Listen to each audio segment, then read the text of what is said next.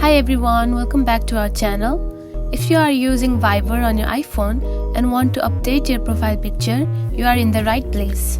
In today's video, I will walk you through how to change your Viber profile picture in just a few simple steps. So let's get started. Alright, first things first, let's open the Viber app on your iPhone.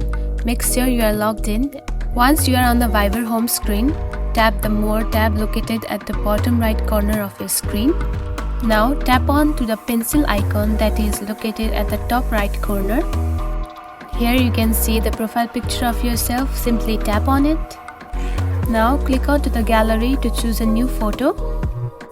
Now choose any photo that you want to keep as a profile picture on Viber. I'm going to choose one. Here you can also move and scale the photo according to your preference. Now tap on to done. Now again tap on to done. Just like that, your Viber profile picture has been updated. And that's it. Updating your Viber profile picture is super easy and a great way to personalize your account. If you found this video helpful, don't forget to like and subscribe for more tips.